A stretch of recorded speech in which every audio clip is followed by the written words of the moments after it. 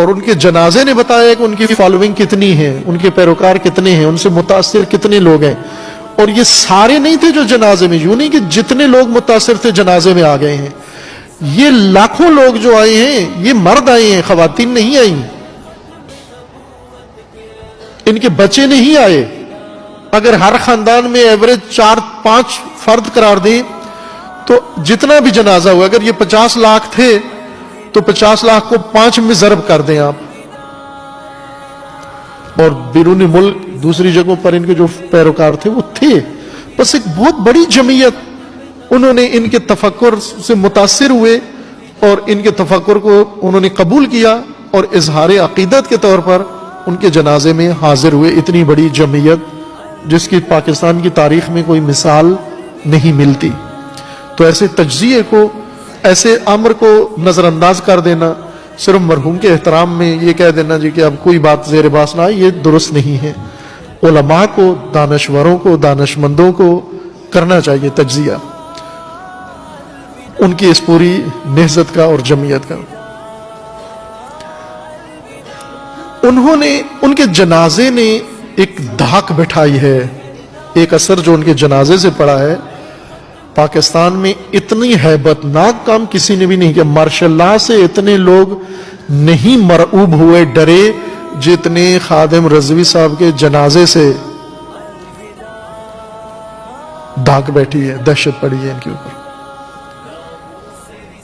یہ بہت سارے لوگ جو ان کی زندگی میں ان پر اعتراض کرتے تھے، ان کی باتوں پر اعتراض کرتے تھے، مذاق بناتے تھے، ان کا تمسخر اڑاتے تھے، اب تسلیت، تعزیت، تعریفیں اور کہہ رہے ہیں کہ سچے عاشق رسول تھے.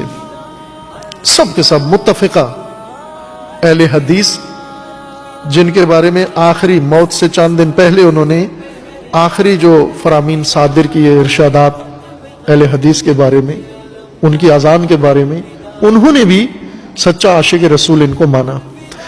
یعنی خادم رضوی نے اپنے آپ کو منوایا ہے، نہ کہ انہوں نے مانا ہے.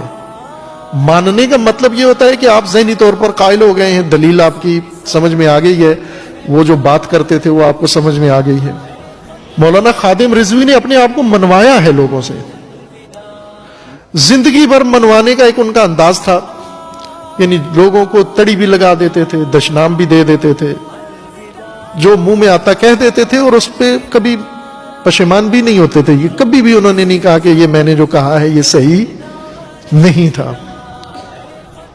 یہ ان کی خصوصیت تھی کہ اپنی کسی بات پہ کبھی بھی انہوں نے معذرت نہیں کی، کہا جو میں نے کہا ٹھیک ہے، بلکہ اور زیادہ ہے، ابھی میں نے کم کہا ہے، بلکہ یہ اس سے بھی زیادہ حق بنتا تھا، میں نے تھوڑا کہا ہے، کنٹرول میں کہا ہے.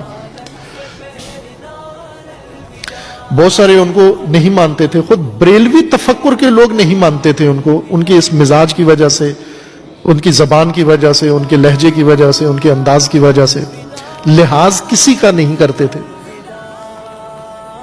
انہوں نے منوایا ہے اپنے آپ کو، اور جو چیز تقریروں سے، تڑیوں سے اور دھمکیوں سے اور جوشیلے خطاب سے نہیں منوا سکے، ان کے جنازے نے منوا دیا ہے. مثلا ان کی زندگی میں سچا عاشق رسول نہیں کہتے تھے لوگ ان کو، لیکن ان کے جنازے نے سب سے کہلوایا ہے کہ یہ سچا عاشق رسول. مخالفین سے بھی، جو بھی دل سے کہا نہیں کہا لیکن زبان سے کہنے پہ مجبور ہوئے. کیوں مجبور ہوئے؟ کہ اتنی جمعیت، یہ افراد اور یہ ایک سمندر افراد کا، یہ حکایت کرتا ہے کہ اس کے پیچھے بڑی جمعیت موجود ہے اور بھی موجود ہے، اور یہ سب ووٹ ہیں. یہ عقیدت مند نہیں بلکہ یہ سارے ووٹ ہیں، اور یہ فیصلہ کن ووٹ ہیں. جس طرف یہ جمعیت جائے